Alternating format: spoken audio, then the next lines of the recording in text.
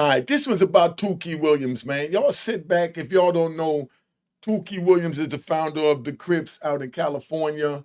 And this was about his final 24 hours while he was on death row before they executed him. And this one is for the youth to really understand that they don't forget nothing. And your choices can cost you your life. Your choices can cost you your life. I'm not even going to play the intro right now. I'm going to play it a little later, but I want to start right now by playing this joint, man. Notorious leader of the Crips gang, Stanley Tookie Williams. Convicted quadruple murderer Stanley Tookie Williams. Stanley Tookie Williams. Stanley Tookie Williams. I used to be the king of the Crips. Look at my kingdom now. This place does not make you a man. Look at me. In the stillness of a prison cell, a Nobel Peace Prize nominee waited for his last hours to pass. Stanley Tookie Williams, once a feared leader and pivotal figure in the formation of the Crips gang, now found his name alongside Desmond Tutu, the Dalai Lama, and Mother Teresa. He had spent years behind bars, turning his life around, writing books for kids, and speaking out against gang violence. But on this day, as midnight approached, even the hope he inspired couldn't change what was coming next. Could you imagine what it would be like knowing in 6 hours you're getting ready to be eliminated from this earth? Just look at that picture. In 6 hours,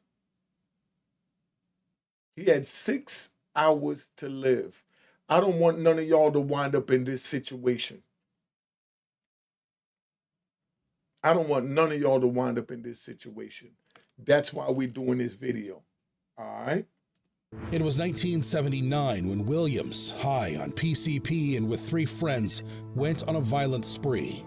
At a 7-Eleven, he forced 26-year-old Albert Owens to his knees and shot him in the back. That's why they would never forget it. That's why they would never forgive or forgive his crime. Yo, we got Cashbox coming out in January. I'm going to tell you about that. I was going to put Cash App out of business. If you send your money, you send it to the wrong person. Even if they accept it, you could pull your money back. Snatch it right out their bank. All right? We'll talk about that later. Later mocking the noises Owens made as he died. Just days later, Williams struck again, taking the lives of an immigrant Chinese couple and their 41-year-old daughter, while stealing less than $100 cash in a brutal motel robbery. Now, after years on death row, Williams' time had finally run out. Did you hear what that stemmed from? That stemmed from him allegedly getting high on PCP. Drugs. That's why I tell you, don't get involved in drugs. This is a public announcement. Don't get involved in drugs. Because that one night cost him all of this pain and anguish. That one night. I know brothers that, let's ride. I know brothers that I met in the system that got a life sentence for 3 seconds. If anybody could tell me how they got a life sentence for 3 seconds, put it in the comment. I know brothers that got a life sentence for 3 seconds. That's how long it took them to cock the gun, put a bullet in the chamber, and pull the trigger. That easy. Those 3 seconds cost them decades and counting in the prison.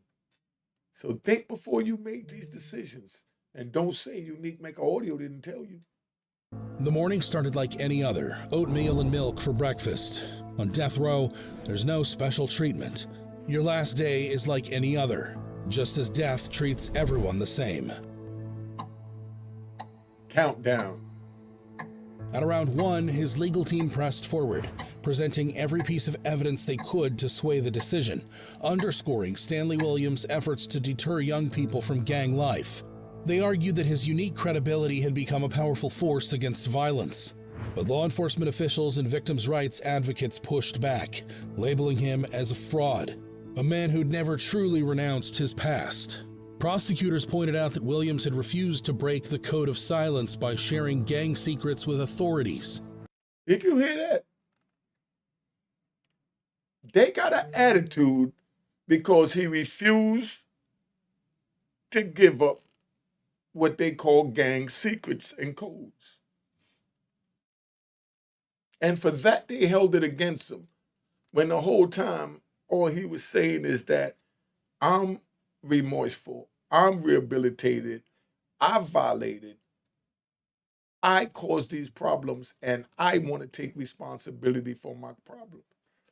And they say, no, tell us about your comrades. What does my comrades have to do with me? I'm an individual. But because he wouldn't reveal the alleged secrets of his comrades, look how they played out. Listen to this.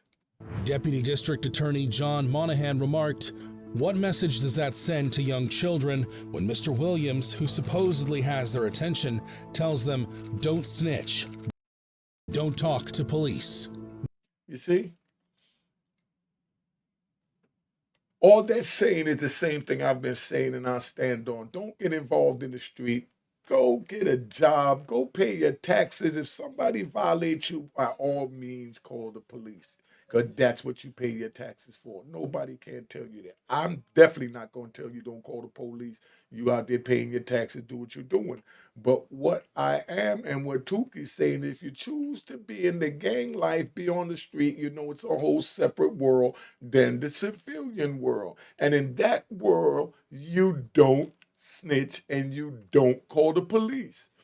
How do you not snitch and not call the police?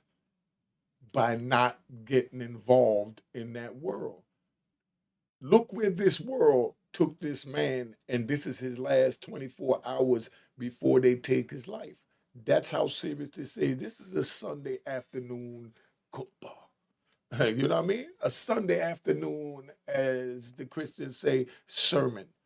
You know? Because this is deep. Make sure you share this video, hit the like, and subscribe at Mecca Audio TV. Williams' case had another layer of complexity due to a past connection with Governor Arnold Schwarzenegger. The two had shared a background on Venice Beach in the 1970s. Schwarzenegger, then a rising bodybuilder, trained there, as did Williams, known in the fitness community before his criminal activities took over. Now, look at Big Tookie up there, right? So let me ask you this. You think Arnold Schwarzenegger could have just been jealous that Tookie was outdoing him back then? I mean, put it in the comments.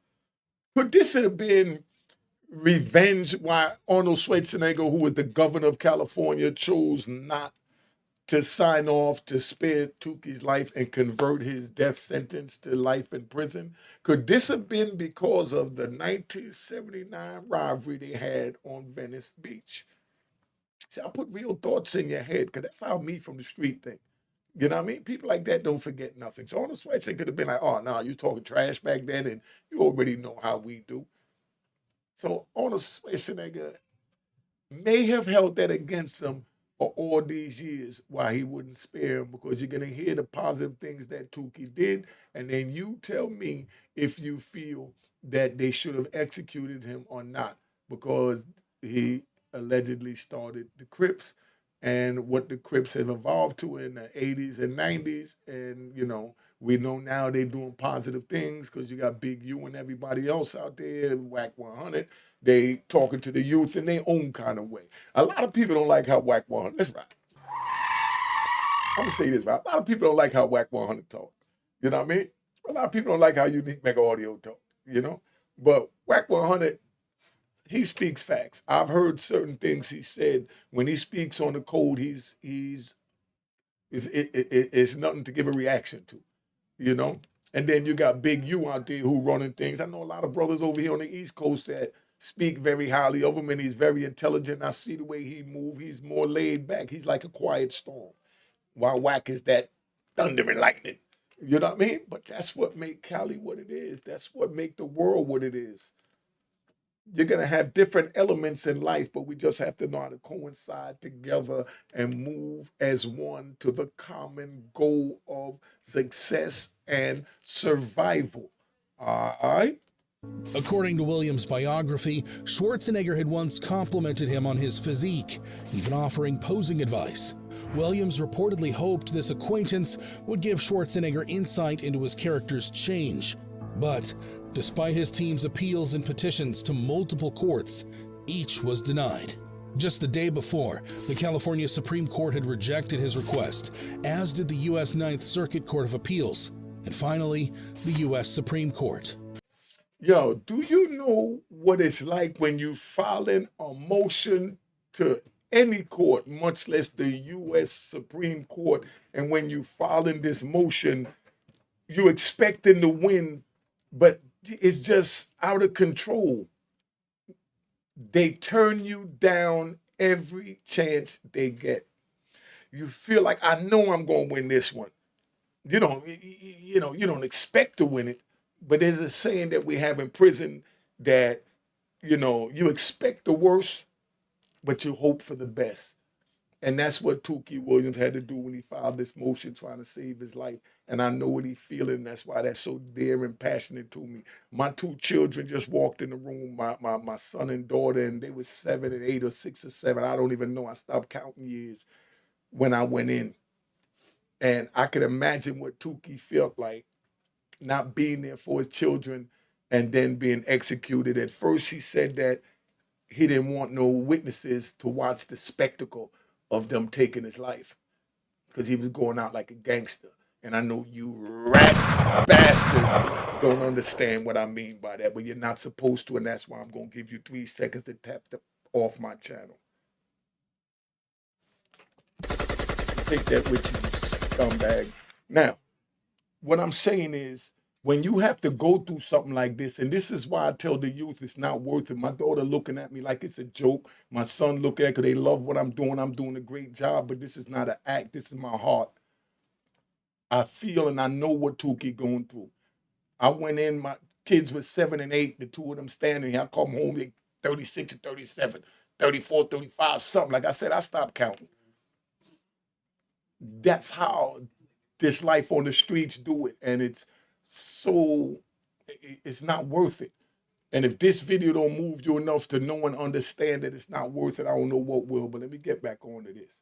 Throughout these last attempts, Williams maintained his innocence in the 1979 murders that led to his conviction. He had become an outspoken advocate against gang violence, authoring books like Tookie's New Year's Resolution and Gangs and How to Avoid Them, and founding the Tookie Williams Foundation to help youth avoid gang involvement. Prominent supporters, including Jamie Foxx, who portrayed him in the movie Redemption, Snoop Dogg, and Danny Glover, rallied to his cause. In a final bid, Williams' lawyers presented statements from 3 new witnesses who might exonerate him. Nonetheless, Schwarzenegger ultimately denied clemency, suggesting any past connections were irrelevant. Any past connections was irrelevant, he said. Do y'all agree with that or not? As the day continued, Stanley Williams met with his lawyers and 6 visitors. His final visitor was Fred Davis Jackson, a 67-year-old from Richmond who had been visiting Williams since 1997. Williams, wearing his usual prison uniform, seemed in good spirits. Despite the somber circumstances, he's so big, Jackson recalled. It's hard to get your arms around him. Under close watch, Williams had lost his appetite. A small tray with turkey was set before him, but he didn't touch it, drinking only water and milk. While Jackson admitted he didn't have an appetite either. "We said goodbye like we always do," Jackson remembered, noting how he told Williams, "I'll see you later," as if everything was normal. For Jackson, it wasn't just a goodbye. He knew Williams would be with him in spirit, no matter what happened. Only minutes before being moved to the death cell, with a guard nearby, Williams gave each visitor a private farewell, one by one. Soon after, it was time for Williams to move.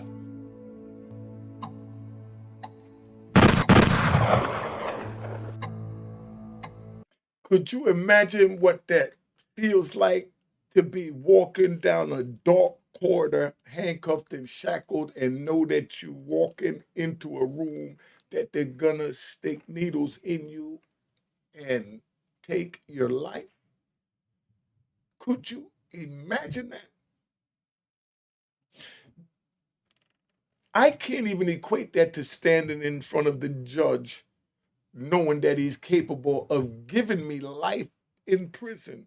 Because we talking about Tookie losing his life. I don't want y'all to go through this.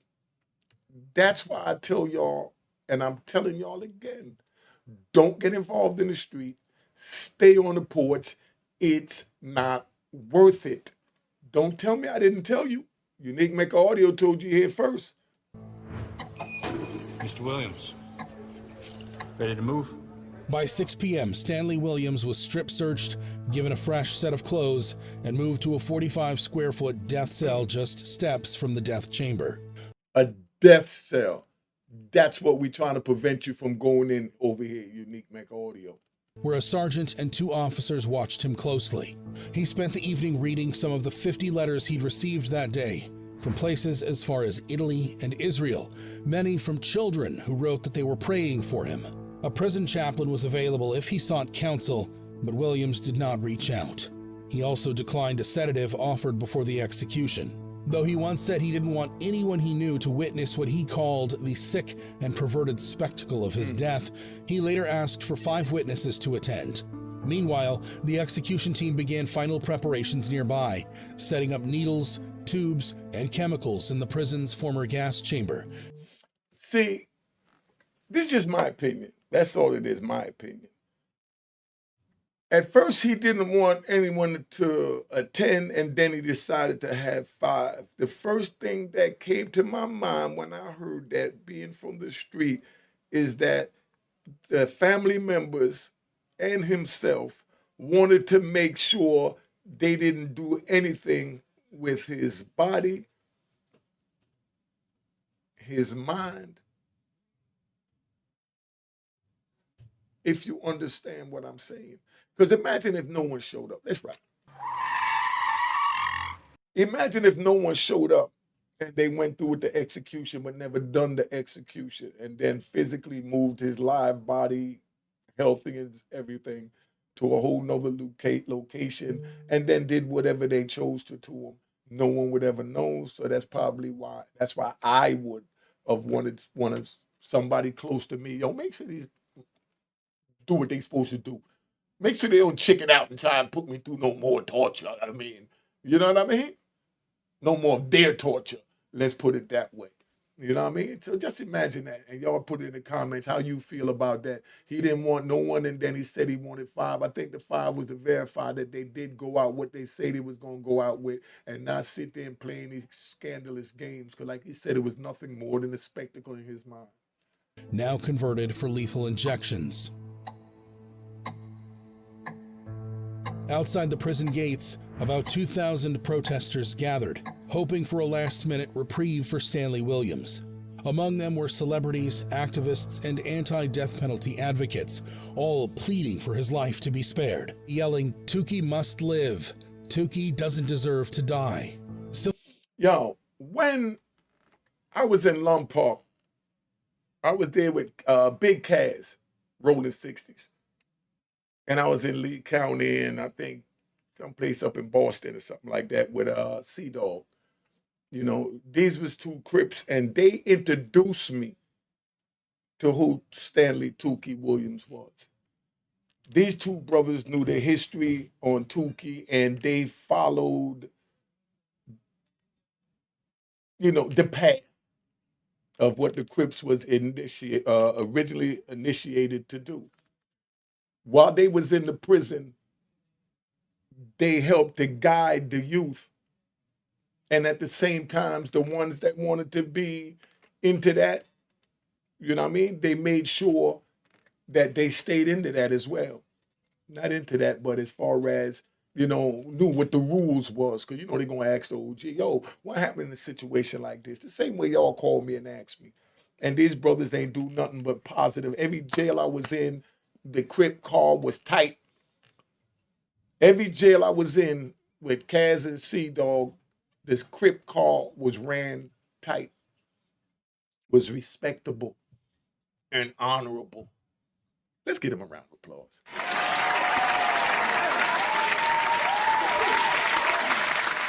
You know what I mean? We just talking about Tookie right now, so we're not going to get into my blood homies, Mad Ice, and you know what I mean, all that. I got my blood homies out there too, but this was these were the two brothers, the Crips, that introduced me to Stanley Tookie Williams.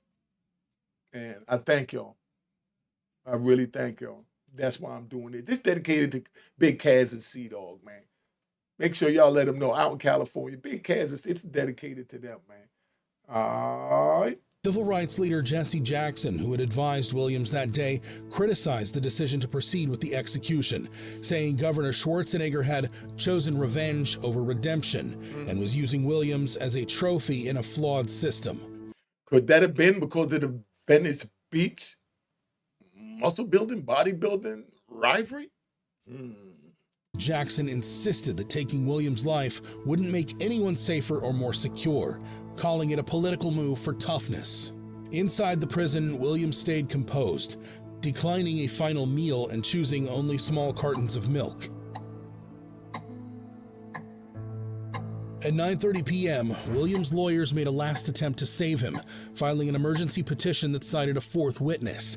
This witness claimed that other inmates had tried to recruit him in a scheme to frame Williams, but Schwarzenegger quickly denied this final appeal. With that, the outcome was sealed, and Williams' fate was set.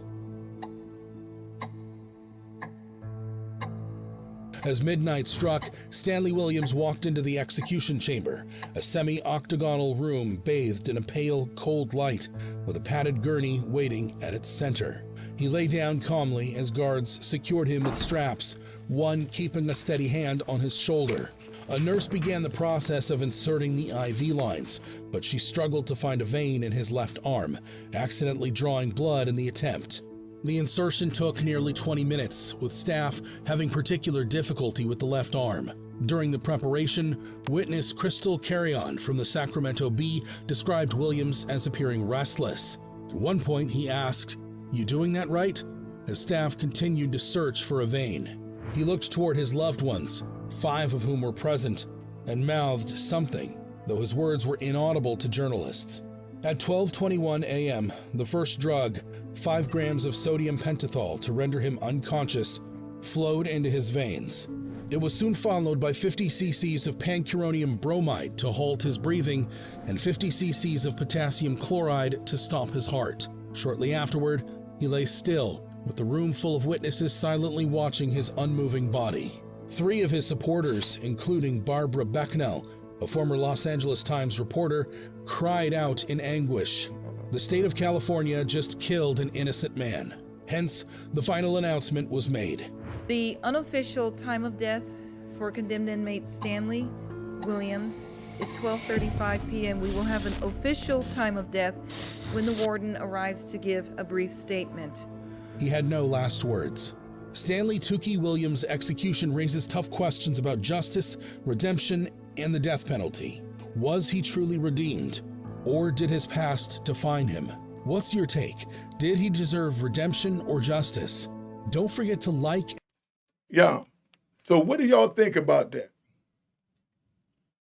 If this make you want to still be on the streets and run the gang and wind up in the cell like behind me, do you?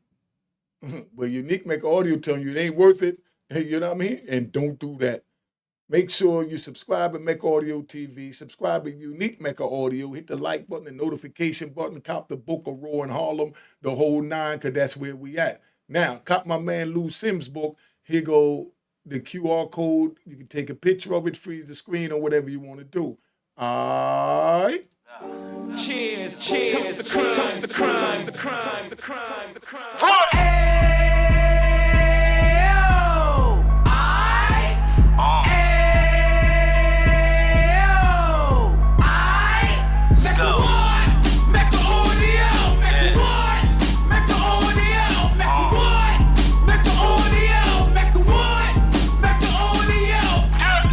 Fresh out the can of 20 96. He back on the strip, getting back in the mix. What he mentions a gift. You stand up 10 toes down, and I suggest you pay attention to this. Take a little gully posse and put it in Harlem. He cut from the bottom, came up from the bottom. Drop the book, you should go and get it. The Instagram page and the YouTube, you could go and visit. Then you could consider yourself LinkedIn. Sit front row and get Jews from a kingpin. How he went through it, so you ain't gotta go do it. To not pay attention would be stupid. Talking about a man that probably put your grandfather on. Probably the reason that him and your grams got along. A man that generated millions on the block, did his time, never squilling till the cops make an audio.